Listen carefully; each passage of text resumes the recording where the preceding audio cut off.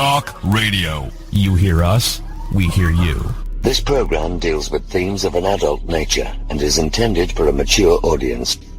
Remember to subscribe to our YouTube channel for our new weekly radio shows. The Ktpf Community Talk Show is supported by Phenomenon Magazine and Beyond Parazine, available online now. The Ktpf Community Talk Show is sponsored by Craignos Castle, South Wales, one of the most haunted castles in Wales. For more information on ghostly and ghostly events, including Fright Nights, all-night investigations and hen parties, visit www.mosthauntedcastle.com. The comments and views expressed on the Ktpf Community Talk Show are those of the people that make them and do not necessarily reflect the views of ourselves or of our sponsors. 5, 4, 3, 2, 1.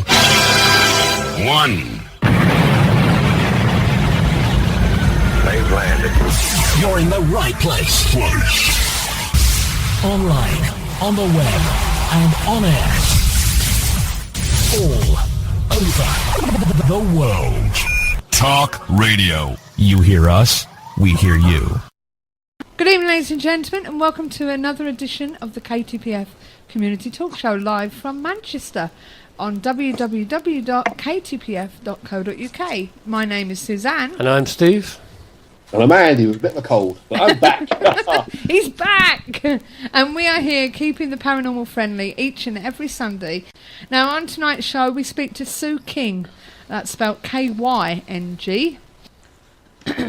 Hello. Hello, Sue. Hi. Hi. Sorry about that. Bit of technology problem this end. A human technology problem, that is. I was having a problem getting you into the conversation. So, how are you, Sue? Oh, I'm okay. Like every time I go on radio, I stop coughing like mad before I start and clearing my throat. Nothing changes. I've always done that. That's all right. And our Andy is also on Skype with us.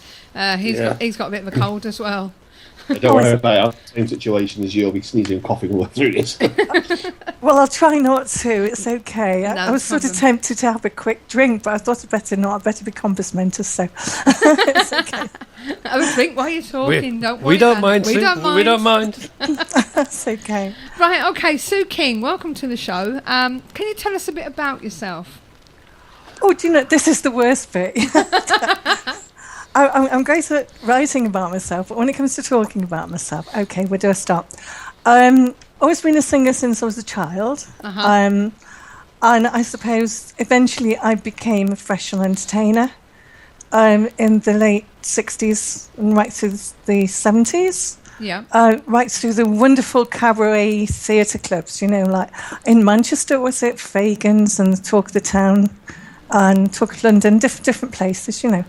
So, and that took me all over the world. Wow. And I'm really grateful for being able to actually do something that I enjoyed doing and be paid for it as well. Marvellous. Yeah, I think everybody should aim to actually do something they enjoy if they can't try and do something else. I know it's not always easy, but yeah, you can do. As regards all my spooky stuff, it's sort of in and out my life, right the way through my life. Mm-hmm. Although I think during my teenage years, I sort of thought, no, I just want to get on with living, you know. Yeah. So, and then through illness, I had to stop singing and went to college, did a teaching certificate and became a teacher. Okay. And then then I retired. I'm retired now. But now I'm a writer. Okay. How did you meet Tony Topping? Can I quickly ask what it was you taught? Yeah, what did you teach? Yeah. Oh, yeah, that's true, yeah. I taught the very early ICT, which was telematics, Photoshop, and desktop publishing, and that was in the late 1990s. You still there? Yeah, hello? Oh, it's all right, you dropped off a minute. And I used to teach a program called Dreamweaver eventually. Oh, right, yeah. But now it's all done for you, you see, so it's great. You just go to site and pay a few a few pounds a month, and it's up and running quickly. So Yeah. but I enjoyed that. It was good. How did you meet Tony Topping? School teacher, so. Pardon? Sorry, I didn't hear that. Sorry, Andy, say that again. Yeah, I used to be a primary school teacher, Sue. I was a primary school teacher for a year and thought, I don't like this very much, and left. No, I didn't want to go down that route. I could have stayed in college. I was at Edgell. I could have stayed there another year, I think, and done see it. But I just wanted to teach adults. I was teaching the other end of the scale, but I enjoyed, but it was all the other paperwork and that rubbish that was involved. So. Oh, yeah, that was 30% at least of the job was the administration. I can actually say to you, my day-to-day, I spent more time not teaching than teaching at primary school age, which was ridiculous, which is why I left the profession. But there we go, so just a little side issue. No, it's true. It's very true. It's the same for me as well, So there was a lot of time spent marking and administration and also developing programs as they came out. So, you didn't really have very much time. The teaching time was less, yes. Yes, it's ridiculous. Anyway, I used to be a psychotherapist, and now I'm a psychotherapist again, so there we go. But, that's much more interesting. Definitely. Okay. Now, you were suggested to come on the show by a mutual friend of ours, Tony Topping. Mm-hmm. How did you meet Tony? Oh, that's a good one, isn't it? Yeah. Okay, I've got a daughter, and she'll kill me for this, but she doesn't look her age, but she's coming up to 40 in September. Yeah. And when I came back from the Middle East after being out there for years with my daughter, working out there, of course, I was still singing then. I came back, and Tony was within the circle of friends my daughter had. Uh-huh. But I was one of the guys, so because I was single, they used to pull me out on nights out, and I used to get legless and stuff like that, so it was really good. So Tony's a friend of my daughter's, but he sort of adopted me as his surrogate mother. So. Oh, right. So, well, we all like Tony, don't we, Steve? Yeah, he's got some really way out there theories which are interesting to listen to. Yes, definitely. Right, okay, so on to your near-death experience and your book. Can you tell us how it all started with your near-death experience? Oh, right, okay. This is a bit I don't like talking about, but I actually didn't put it in the book, and the publisher said, "Excuse me, but how did you get in hospital?" And sort of die. Went, "Oh, do I have to put that in?" Okay, right. Yeah, I was rushed to hospital. I was losing a baby. Right. Sorry. Yes, sorry. I was having a baby. I lost it. It's I don't know, they call it prolapse or something like that. But anyway, rushed to hospital, lost the baby. And I think it was in the recovery room. I was sort of coming to, and then it just went blank then. And next thing I'm looking down at my body, and thinking, oh, that's strange. There's sort of, that's me in bed. I'm going, it's so cool. And it was a really strange feeling. But I felt real as I'm looking down. I thought I was the real person, not the person in the bed, in my body. Did you want me to go on, or? I just wondered how you felt and okay. What you saw. What I saw. Yeah. Okay, I'm hovering around, and then I sort of drifted off into. It was just darkness, a darkness, blackness. Yeah. And then coming towards me, it was like a tunnel. I think everybody's talked about this tunnel, but it was like a tunnel. And I went down this tunnel, and there's like a big bright white lights, and so into the light. It was just as I was getting nearer, when you meet somebody and you sort of get tingles, and you feel really good around them. They give you a nice glow. And when you fall in love, same thing. But this was like if you sort of, times that by about 20 or 30. I was going to say 10, but it was more than that. It was just an amazing feeling. And I went into the white light. And then my adventure started. Wow. So, what kind of adventure did you have? I was over that. Sorry. It's okay, I'm sorry. Yeah, okay. As I went into the light, I saw my grandfather on my father's side of the family. He was there to greet me.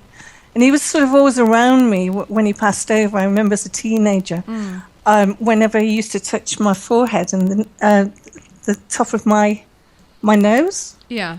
I knew it was my granddad. So if sometimes I feel a bit low because teenagers get like that, and he was always there for me. So I knew he was there for me when I went into the light, and we just talked.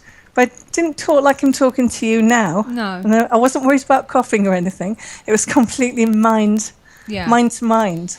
But it was really good, you know. And he just said, he did tell me I wasn't going to stay. And I seemed to be there for ages, and I think it was possibly only minutes that I actually died.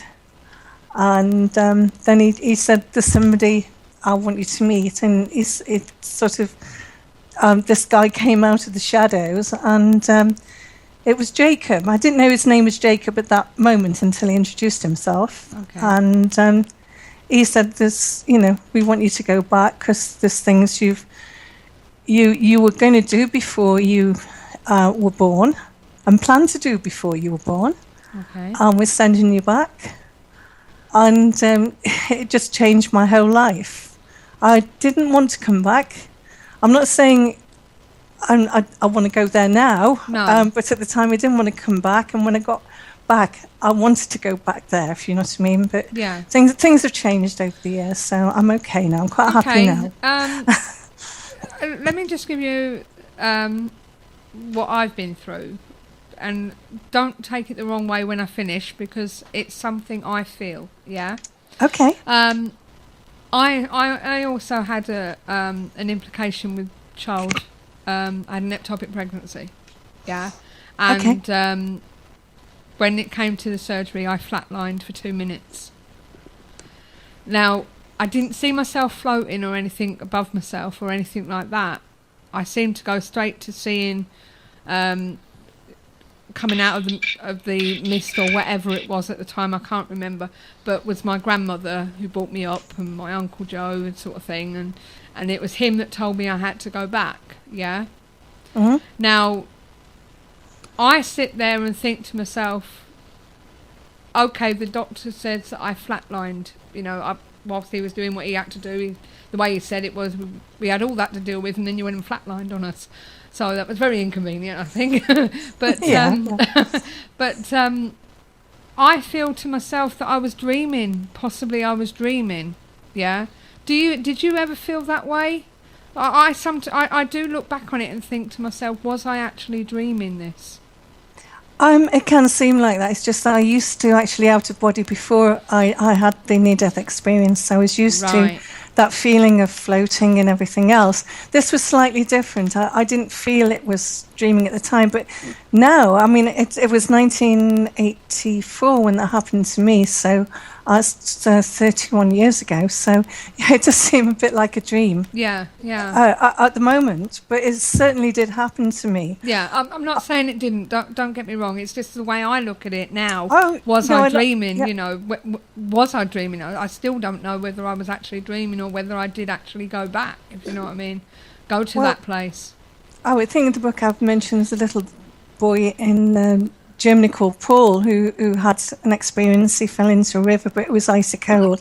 He died. Yeah. And they gave up on him. He was dead for hours and hours. But because his temperature was below a certain, he was frozen basically. Yeah. But they managed to bring him round, and all he said was, Nana Emma was there and told me how to come back. Well, he's only 3. Yeah. He'd never met his nanny Emma at all. So, I thought, well, that spurred me on to realise that it was a reality. Yeah, I understand that.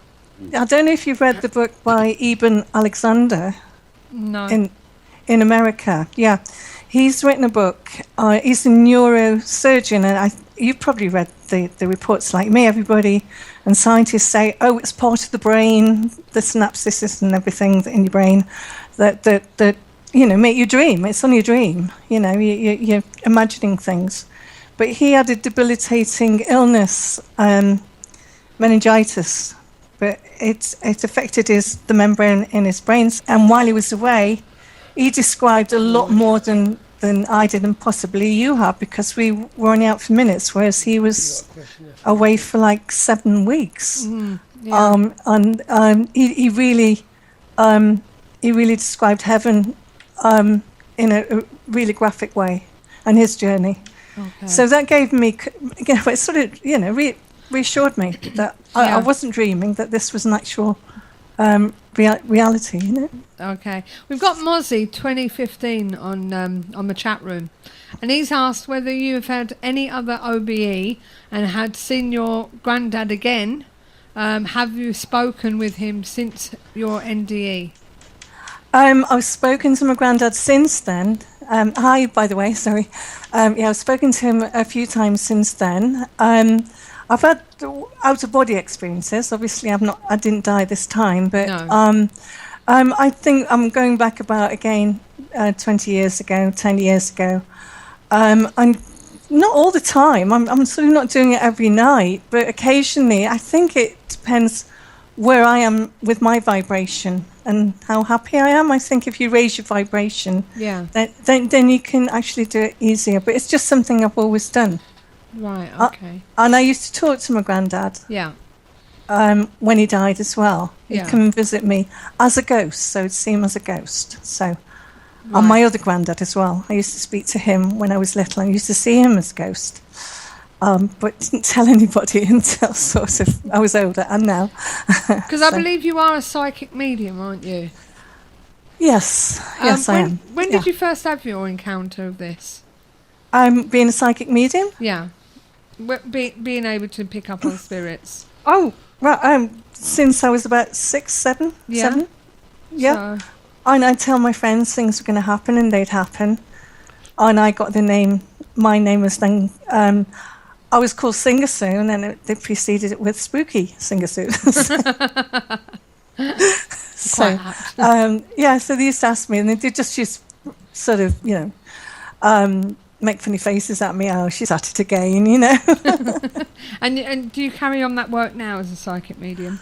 Oh, I've never actually worked professionally as a psychic medium, because I believe it's something that you can do, but how can you ask to be paid for it? I know there are people out there, and I'm sorry, but and they do charge. That's okay. That's their prerogative. Yeah.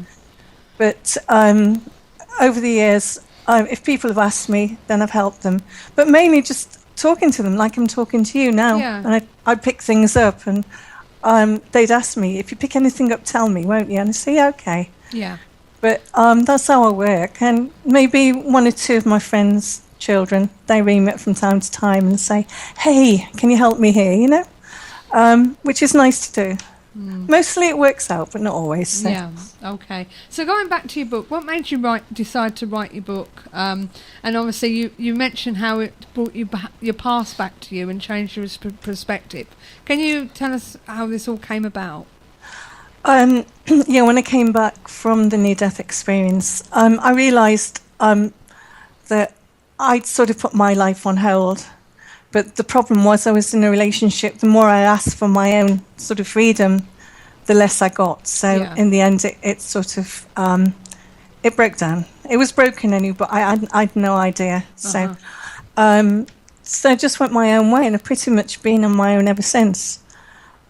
I've had the odd toy boy though, so it's been all right. It's not been that bad over the years. You go. It's been fun. Yeah, it's okay. It needs to be fun, doesn't it? Yeah. It needs to be fun. Yeah, sorry, what was I saying?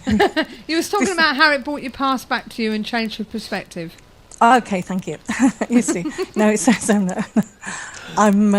I'm still in my 60s yet, but I have to write everything down anyway. But I've been doing that forever, so it's not something new. Yeah, it did change my perspective. I had to look at myself, and for the first time in my life, I started to look at myself and think, who am I? And started to be a little bit selfish, if you like, because I'd never gone through that before, because I'm taught not to do that. Mm-hmm. Again, this is all in the book. If everybody gets the book, it's in more detail. Yeah. And I found this really difficult to do. But then I had to think about my daughter and myself and where I wanted to go in my dreams. If I wasn't being allowed to have my dreams, then I'd have to just go off on my own and grab my dreams, which I did do. So, right, okay. There's you talk about Jacob in the book, Yes. You talk a lot about Jacob in the book. Can you tell us how he presents himself to you and what you have learnt from him? I believe there's a story about you being in a supermarket. Oh, that was Tony in the supermarket. Oh, was yeah. it? Oh, yes, right. it was. Yeah, no, Oh, it's right. okay. It's fine. Yeah. I have the book, Sue. Don't worry, I have read it. So. it's quite all right. Is that Andy? Thank you. Yeah. I used to actually be on the other side of the mic for June FM in Southport, so it feels strange doing it this way around, but I'm getting used to it now. It's all right. I was just one asking the questions. It's scary. I don't mind you swapping over if you want. No, it's scarier this side of the microphone. Never mind. But so you talk about Jacob a lot, don't you? Yes, and I do, because he figured in my life from the 1980s. Even my daughter saw him one night in a bedroom. So, you know, which was great for me, because, I mean, I think at the time she was probably about 15 or 16 or something like that. Mm-hmm. And I sort of thought, all right, it's not my imagination. It's real, you know. Yeah. And I did channel work, and I'd write it all down. I used to, some mediums are trance mediums, but I used to write things down as he was telling me. Yeah. Or try and bring them through when I've been asleep, and by the time I'd gone to the loo and had a shower, I'd forgotten it. So I always have a piece of paper and pen ready by the bed. So that's the way I do that. And most of everything that he told me was like that. He said, first of all, that I would be writing words to songs, and the band that I used to associate with was called Body, and they'd given me a load of original soundtracks. They were a bit sort of Pink Floyd-ish, a bit different. And I woke up in the early hours of the morning and started writing the words to the song, and thought, no idea what they mean, but, you know, they've come from Jacob. So and sometimes I'd out of body. They were lovely. Yeah. When I met him out of body, especially when I was in the Middle East, because my mother was very ill at the time, and I went out of body and met it with Jacob in just beautiful, beautiful places, the surroundings, you know, by a lakeside, on top of a mountain. I've been all over the place. It's great. But the supermarket, you see, Tony knew all about Jacob. Yeah. And we talked about him. And he was a little bit sceptical, I think, like most people are. Mm-hmm. And it's my experience. It's a subjective matter. And he was in the supermarket buying cereal or something. And somebody came past him and just spoke in his ear, I am Jacob. And he went, oh. And he looked round, but he'd gone. So this guy said, I'm Jacob. Wow. So Tony went, guess what? I can imagine him doing that. Quite a few friends. I rejoined the church because I'm getting material for my second book, but I rejoined the spiritual church, which is just around the corner from me. It's a nice little church. Yeah. One of my friends wanted to go to an awareness class, but didn't want to go on her own. So I went along with her this time last year.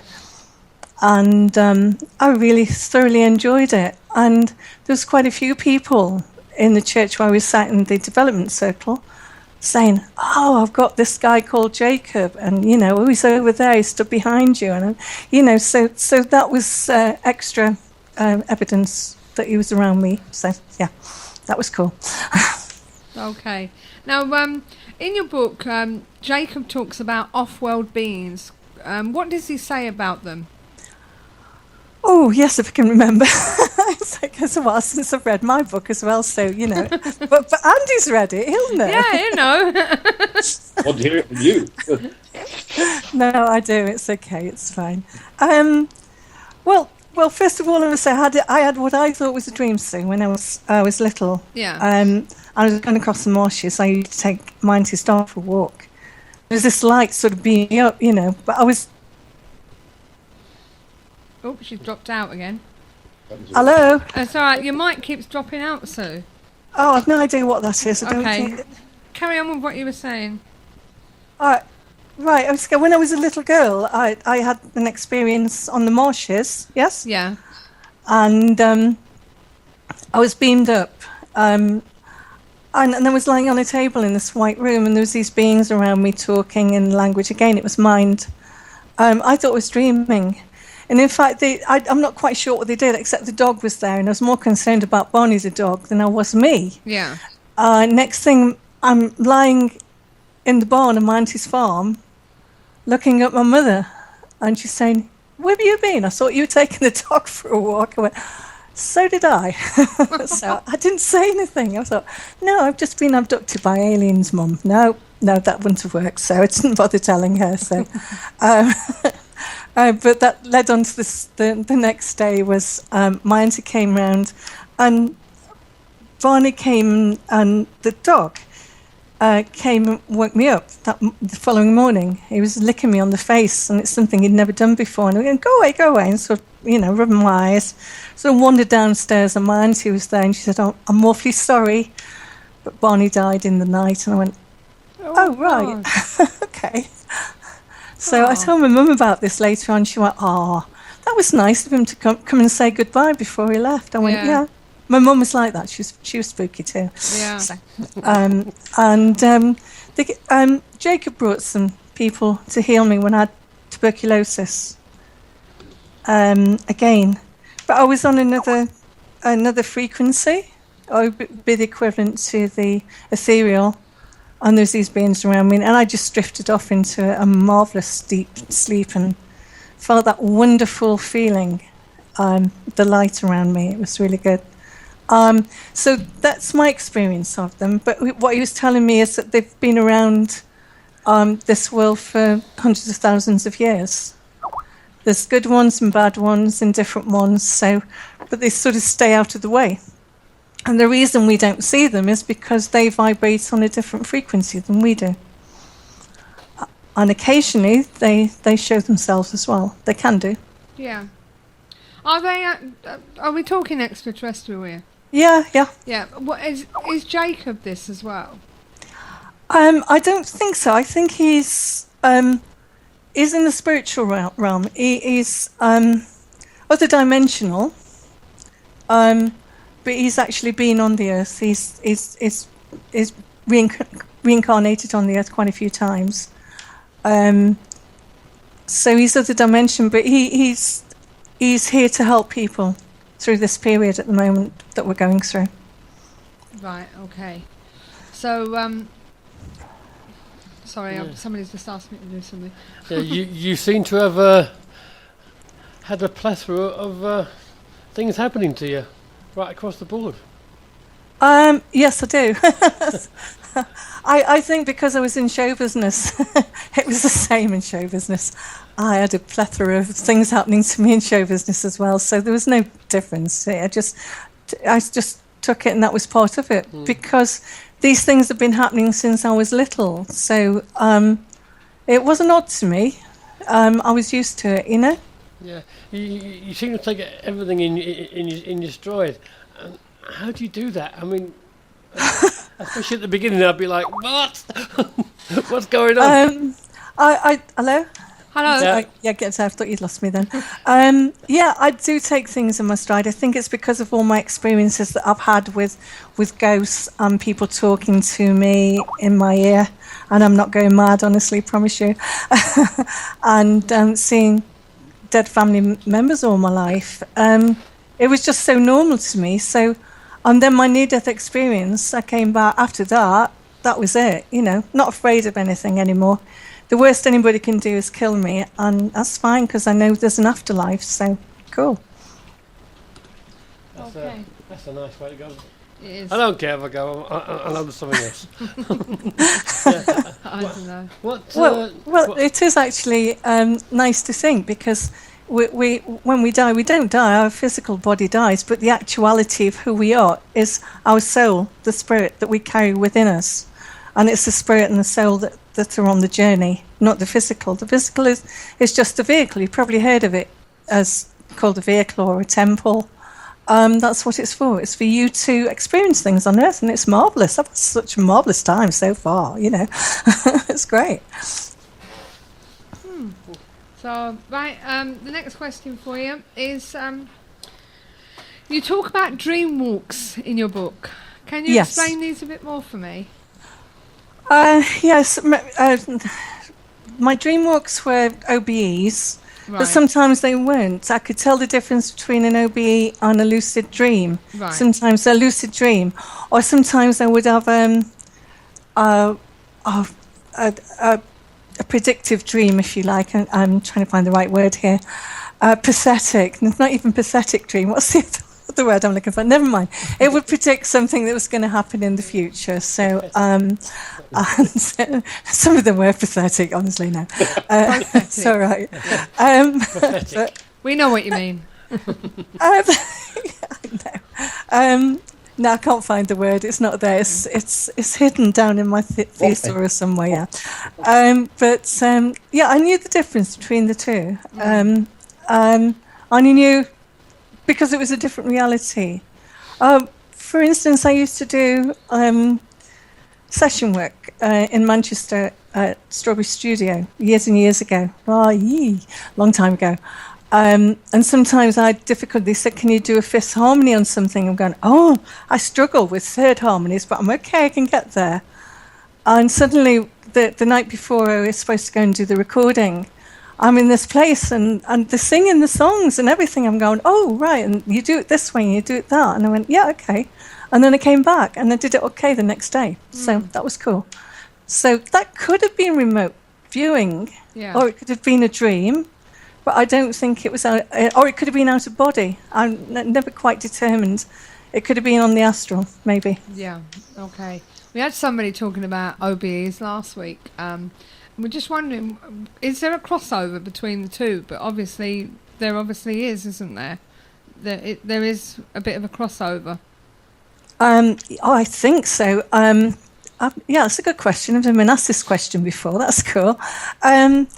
Yes, there is actually. An out-of-body experience is when you have other bodies beside your physical, and they come out of your physical body every night so your physical body can repair itself. Mm-hmm. So you've got your ethereal body, which is the spirit body, and then you've got your astral body, and that comes out as the emotional body.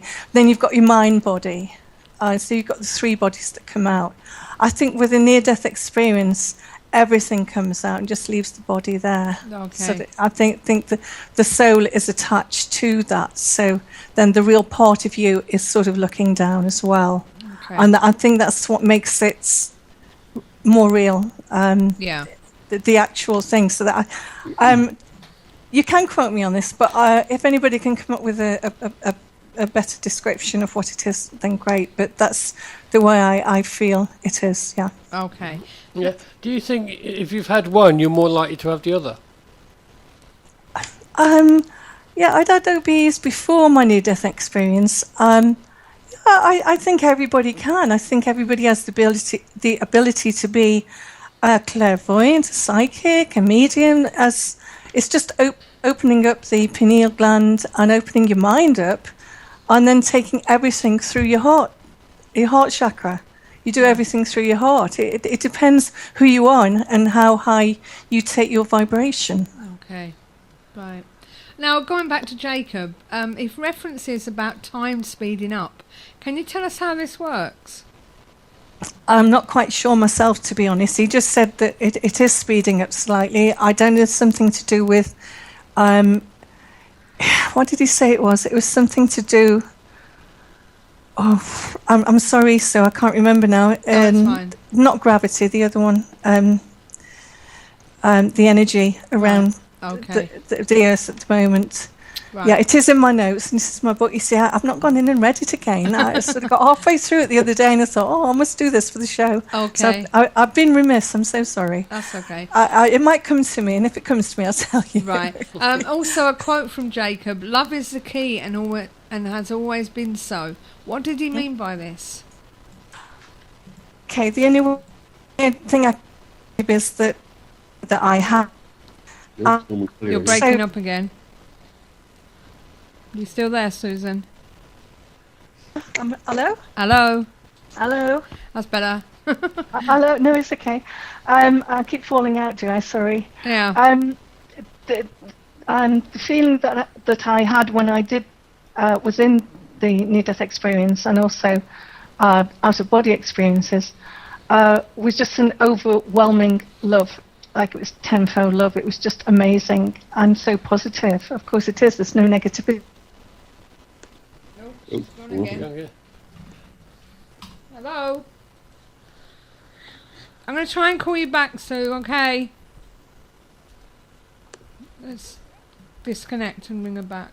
Give it a shot. Interesting what she has to say. I mean, some of the stuff is kind of almost the standard material for these sort of experiences, about chakras and energies. But interesting what I'd like to actually ask her, what kind of research she's done herself. And is this Jacob has given her this sort of information, or it's what she's read herself, or it's just the intuitive knowledge of her own. I find it interesting that there are lots of parallels with other people with similar kind of experiences. So, yeah. Susan, are you back with us? I'm back. I heard that actually. Is that you, Andy? Yeah. It's a good question, that, because I actually did no research for this particular book. It was all written between 1991 and about 2 years ago.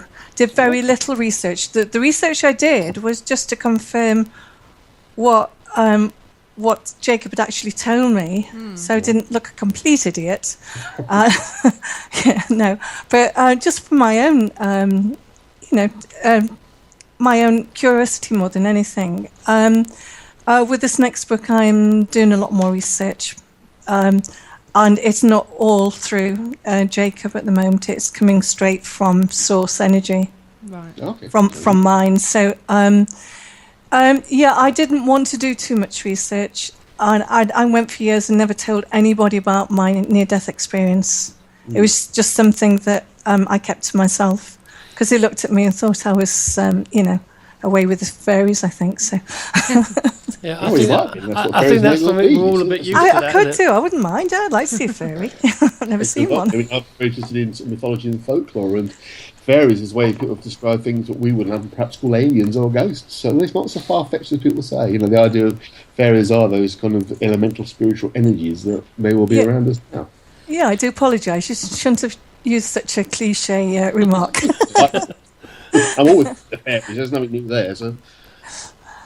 Yeah. Sorry, Sue had a question, I think. Sue had a question. Yeah, I think we're all regarded as being a bit away with the fairies at some point. Even us paranormal investigators, when we say we've actually seen a spirit, and people still don't believe us. So.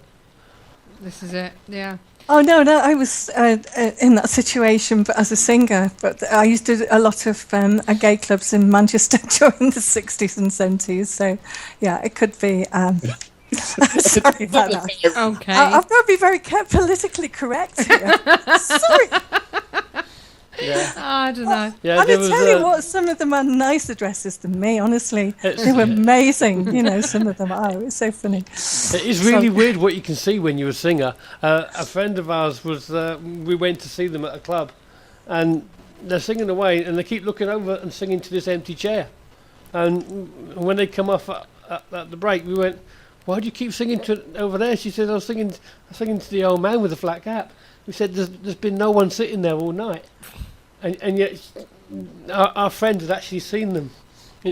And so they wouldn't miss out, because everybody else seemed to be on the other side of the room. Yeah. It's really strange. I don't know. Now, you talk about reincarnation in your book. So do you think we have an immortal soul, and what have you been told? Oh, yeah, this is probably where I did a bit of research, actually, Andy. But a lot of stories. I was given regressive hypnosis, and I was working for a net week in Newcastle in the early 70s, and there was a stage hypnotist day, and he said, "Oh, go on, let's have a laugh, and I'll give you regressive hypnosis." This is like 3:00 in the morning when we'd all been gigging and high as a kite on the adrenaline, Yeah. Just say one of our guests actually does exactly that, don't you, Mr. Manky Hypno Man? He does. Oh, right, yeah, okay. I do apologise because I didn't actually take it seriously then. I have learnt a lot more about it since. So. Yeah. Sorry, I do apologise. But he did tell me that I'd had a past life, about a couple of my past lives, and I didn't really take him seriously. But I think it was about 15 years later, and I had a dream where I was falling from a trapeze, and I thought this is really weird. And at the bottom of the trapeze, at the bottom on the ground, there was somebody caught me in his arms, and I thought, oh, he's nice, So, and then I woke up. I went out with my daughter that night, and this guy was at the bar. We'd gone for a meal and then went to a club. It was on a Monday night, and he was there, and he said, he came over, "Can I buy you a drink?" And we became friends, and very friendly indeed. But he was the one that I saw in my regression 15 years before, and we'd been a circus act apparently, and I died in that by falling off a trapeze. So he was great, and then he was living separately from his wife, and then he missed his wife and kids, so I sent him back. So then I don't see him anymore. So that was a bit sad, wasn't it? But there you go. That was sort of confirmation of that particular regression. So I've had a few more. But So you think we do go on somewhere? Do you think our soul lives on? I think we have the opportunity to come back, and I don't know whether this is, I don't like a virtual reality video game or something. You can go back in, I'm going to do this, that and that before I go. I want to do this. But I think it's all for the common good of the source energy. And there is somebody creating, creating and somebody directing the source energy. And we're all part of it. But we're single. And I think the reason why we're in this duality is that we're actually on our own, but we're all interconnected through ourselves. Yeah. Do you think the alone bit is completely where we are fully and totally connected because we're all one energy? So absolutely. One energy, yeah. Yeah, we're all completely connected. They say the idea that we're separate is the illusion. I like to use the analogy of looking out at the sea and islands. You look out at the sea and you see lots of little islands dotted around, and we are the islands because under the sea we're all connected. Well, this is true. I think, and this is the reality, the physical, don't get me wrong, but it's not the actuality of who we are. Oh, okay. You're a Kashmiri Shivite, by the way, which might come as a surprise. It's an Indian belief system, which I've been reading a lot about recently, and we have that kind of belief system as well, that there is a physical reality, but it's not the reality. It's not an illusion, but it's not real. It's somewhere in between the two. Just thought I'd mention that, so there you go. Oh no, that's okay. I'm into all that. It's cool. Yeah. Steve? Yeah.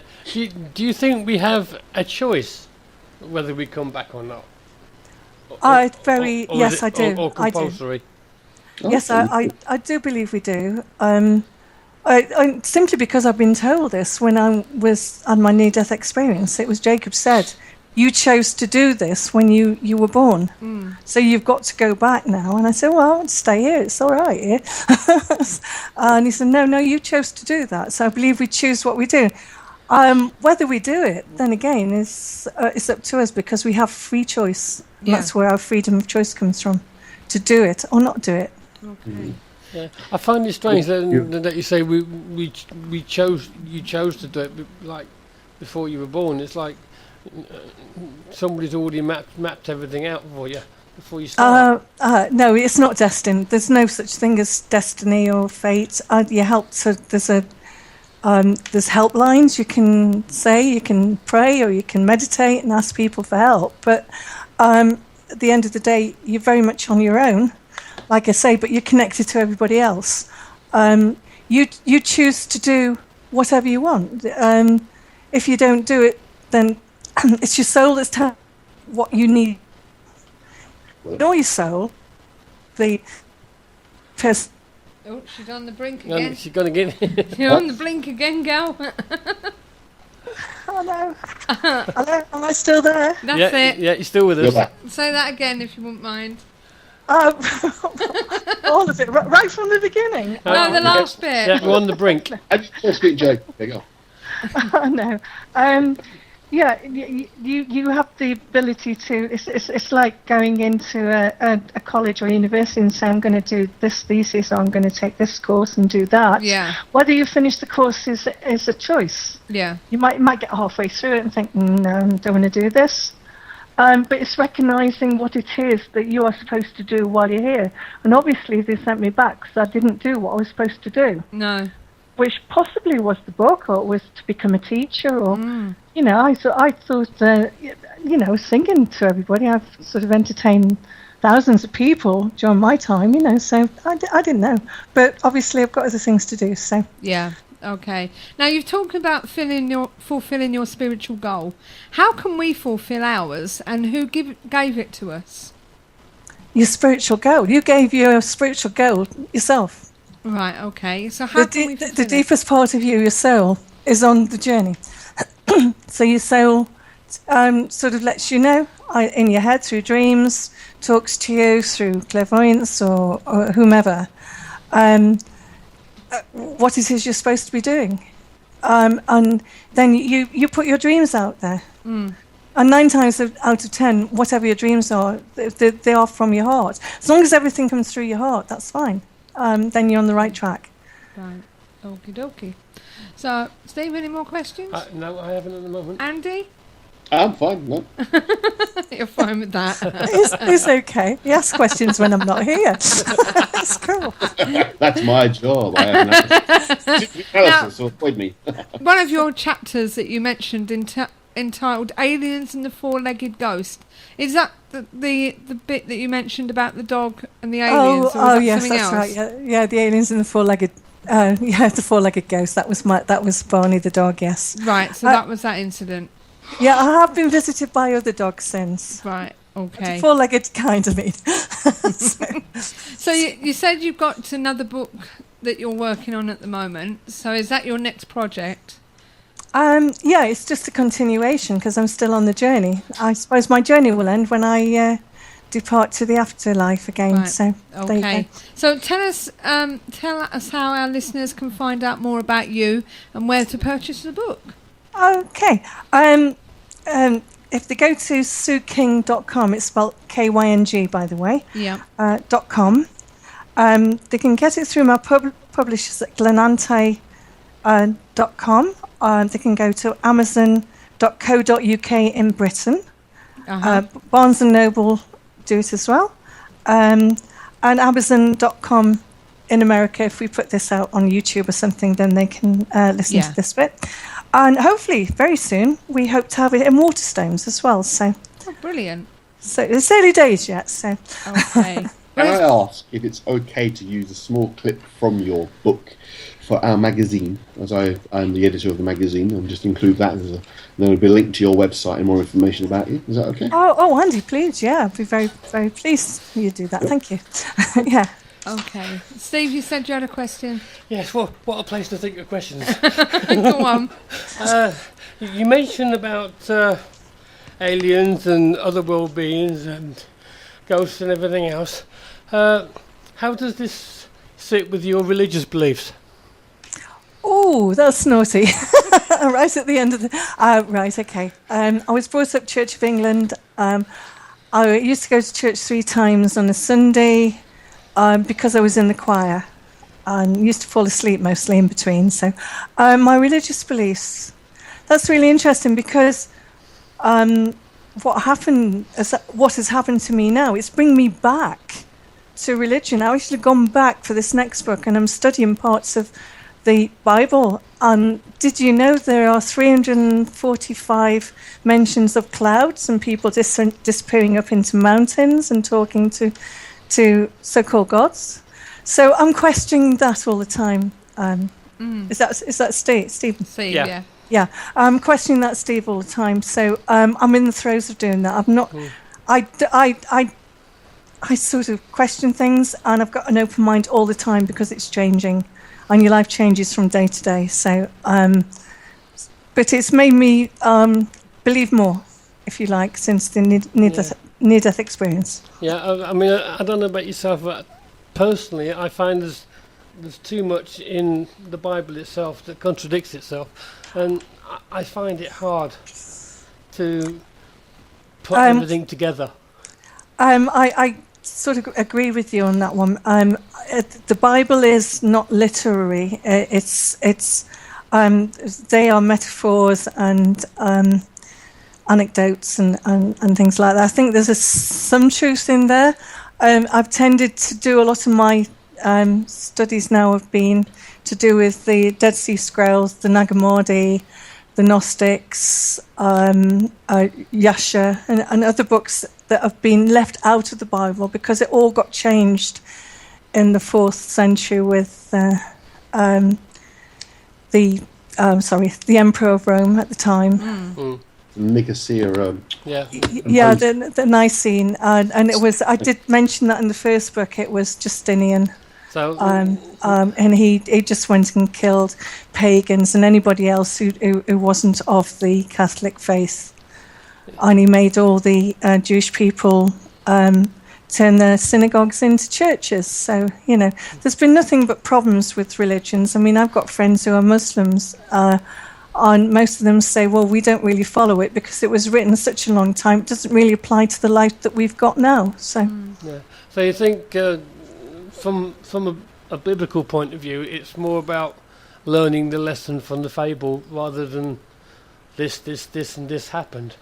I think some of the moral things, yes, are good. They're good lessons. But again, I say in my book, you can't judge anybody else. What you deem to be not a good thing to somebody else, if they're in their own good, then they're not doing bad, if you know what I mean. And the same thing, you just stay in your own light, your own good, what you perceive to be good, then I don't think you can go wrong. Then as the doors open, you have the different experiences, so you change through your life. And I sort of look back at my life and think, crikey, did I do that now? I wouldn't have done that now. I won't do that now. You know what I mean? Yeah. Yeah. I'll give you an example. My grandson came in and he was 18 and they'd all been introduced to drink, possibly before that, but he's not telling me. But they came and one of his friends said, I bought you this big pot plant. I'm going, oh no, it was massive, it was beautiful. I said, you can't have bought that at 2:00 in the morning. And he said, no, it was in somebody's garden. I said, well, you can go and take it. He was a bit drunk. I said, well, tomorrow you will take it back to the garden, please.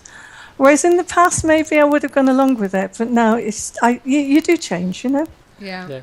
Well, I would like to thank you for covering that religious question. It can be a bit sticky sometimes, and people don't usually like talking about the religious side of things. Oh, well, actually, Steve, this next book it's quite controversial. You know, I'm even questioning whether God wasn't and Jesus were aliens, to be honest. You know, and I know there are lots of people who have actually written about this. I've not come up with any conclusions myself. I've just got various ideas of what I think he might be, but, you know, we'll see. Okay, well, thanks very much, Sue. It's been great having you on the show. Very interesting conversation. And, thank you. And you heard it here, guys. Sue's allowed Andy to put an extract in the magazine, so watch out for that in a forthcoming issue that's coming near you. So, could I just give a little plug for the publishers, because they're new publishers and go for it. They're really working hard, and what they're doing are publishing books and they're not telling you to take too much out. They're just publishing it as it is, and it's great, beautiful attitude. Lenanti.com, and they've got about 6 or 7 books there, and I've read most of them. They're really good. So I'll create an advert for them and put them in the magazine as well. Oh, please, that would be lovely. Thank you. Okay. And if you let us know when your next book is out, we'll let everybody know. Yes. Oh, it'll probably be sometime next year. Okay then. Well, take care, Susan, and thanks again for your time. Oh, thank you, guys. It was great. I enjoyed that. Thank you. Speak to you soon. Bye-bye. Bye-bye. Bye-bye. See? Bye-bye. So there's a good conversation from the lovely Sue Kyng, and as I said, Andy will be putting an extract from a book in one of our forthcoming issues, won't you, Andy? Absolutely, she'll be on one of the people on the front cover, I expect. So yes. Yes. Just to let you know what's coming up next week, we have a young man coming on from America. I thought I'd say that because somebody said earlier, somebody from England. David M. Roundtree, who's been on the show before, a few years ago. He began his research into the paranormal professionally in 1976 and has experimented with both scientific as well as metaphysical techniques in his study of unexplained occurrences. His primary focus since 1998 that is, has been EVP research, employing his background of audio engineering and psychoacoustics. In 2005, David successfully linked electromagnetic fields as the primary source of EVP, and his EVP research has led to the development of his wormhole theory and the multiverse theory concerning the source for paranormal events. So we're going technical next week, guys. Going to be talking about wormholes and Einstein Bridge or Einstein Bridge formation, whatever it's called. So we're going to be talking all things technical next week. Do what, Andy? Einstein-Rosen Bridge. That's it, Einstein-Rosen Bridge. So that's what's coming up next week. So did you enjoy the interview, Andy? Very interesting, yes, definitely. I find it quite fascinating. So, and what was that you were saying she was? She was? It's a form of Hindu mysticism called Kashmiri Shivaism. Shiva as in the Shiva god, people might have heard it before. I follow what's called Advaita Vedanta, which is a concept of the universe around us that we physically see is just an illusion, it's not the reality. The true reality is eternal, never-ending, and we're living in the manifestation of that. The Shivaism is that there is a physical reality. It does exist, but it's completely at one with that other reality, the eternal reality of pure energy. So it's a kind of what's called soft dualism. So it's not a complete separation of God and the universe. It's a kind of, this reality is a reality, which is what she was kind of saying, that Jacob's telling her that this does exist, but it's not independent of the supreme reality of energy that she kept talking about. So it's a complicated belief system to try and explain very quickly, I have to say. You have to get good grip to the basis of it. But some of the things that Jacob was told her, if I was understanding her correctly, does fit in with Kashmiri Shivaism. So, yes. And that's basically it for this evening. So it's good night from me. And it's good night from her. It's good night from me with his horrible cold. So until next time, all that's left to say is keep the paranormal friendly. Good night and God bless. All right. This is where it's at. To see in the night, to measure the spike, to see how cold it's been. I buy my kit so I won't forget the ghosties that I have seen. The Paranormal Intelligence Gathering Services Ghost Store. So visit www.the-pigs.co.uk/ghost store.